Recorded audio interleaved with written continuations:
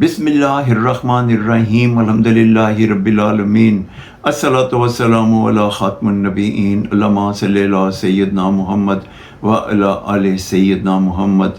السلام علیکم ورحمۃ اللہ وبرکاتہ میرے ناظرین و سامعین۔ میری آج کی حدیث جامع ترمذی 3799 نمبر۔ دو جہانوں کے سردار سرور ذی شان محبوب رحمان عزت جل حضرت محمد صلی اللہ علیہ وآلہ وسلم نے ارشاد فرمایا کہ مجھ سے محبت کرو اللہ کی خاطر اور میرے اہل بیت سے محبت کرو میری خاطر۔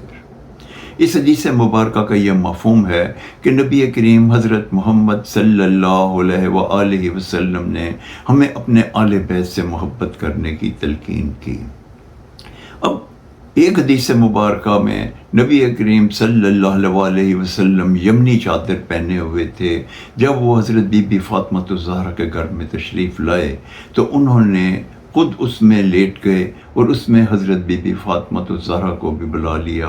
اس کے بعد حضرت علی کرم اللہ وجہہ کو بھی بلا لیا، پھر حضرت امام حسن اور حسین کو بھی اس چادر میں لے لیا اور اس کے بعد یہ دعا فرمائی کہ اے اللہ یہ میرے آل بیت ہیں، ان کو بہت پاک اور صاف کرنا۔ اس حدیث مبارکہ سے بھی ہمیں نبی کریم حضرت محمد صلی اللہ علیہ وآلہ وسلم کی آل بیت، اپنے خاندان، اپنے گھرانے سے محبت کا پتہ چلتا ہے کہ آپ کتنی محبت کرتے تھے۔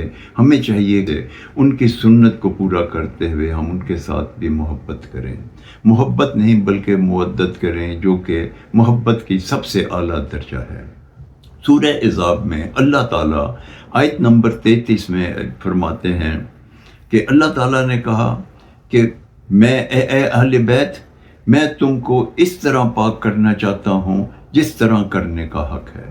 اس آیت سے کے ترجمے سے ہمیں اس چیز کا اندازہ ہوتا ہے کہ اللہ تعالیٰ بھی اہل بیت سے محبت کرتے ہیں۔ اب اہل بیت کے معنی کیا ہیں؟ اہل بیت کے معنی ہیں نبی پاک صلی اللہ علیہ وسلم کا گھرانہ، اور اسلامی اصطلاح میں اس کے معنی ہیں خاندان۔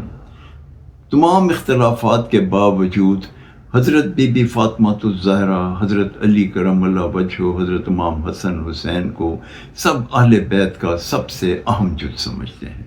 ہم سب کو چاہیے کہ ہم اس یوم عاشور کے موقع پہ نبی پاک صلی اللہ علیہ وسلم پہ کثرت سے درود اور سلام پیش کریں، ان کی آل پہ درود و سلام پیش کریں، کیونکہ اس روز بہت ایک اہم واقعہ ہوا تھا جو کہ حضرت امام حسین کی شہادت کی شکل میں ہوا تھا، اور اس میں کافی دردناک واقعات ہیں، اور کافی حضرت امام حسین کی قربانی ہمیں یہ چیز ظاہر کرتی ہے کہ انہوں نے اپنا سر کٹا دیا مگر اسلام کو نہ ختم ہونے دیا، اپنے دین کو نہ قائم رکھا۔ ہمیں چاہیے کہ ہم نذرانہ عقیدت پیش کرتے ہوئے رسول اور آل رسول پہ درود و سلام پڑھیں۔ آئیں ہم مل کے بھی درود و سلام پڑھتے ہیں۔ اللہم صلی علی سیدنا محمد وعلی آل سیدنا محمد۔ اللہ تعالی ہمیں آل رسول سے محبت کرنے کی توفیق عطا فرمائے، آمین یا رب العالمین۔ السلام علیکم ورحمۃ اللہ وبرکاتہ۔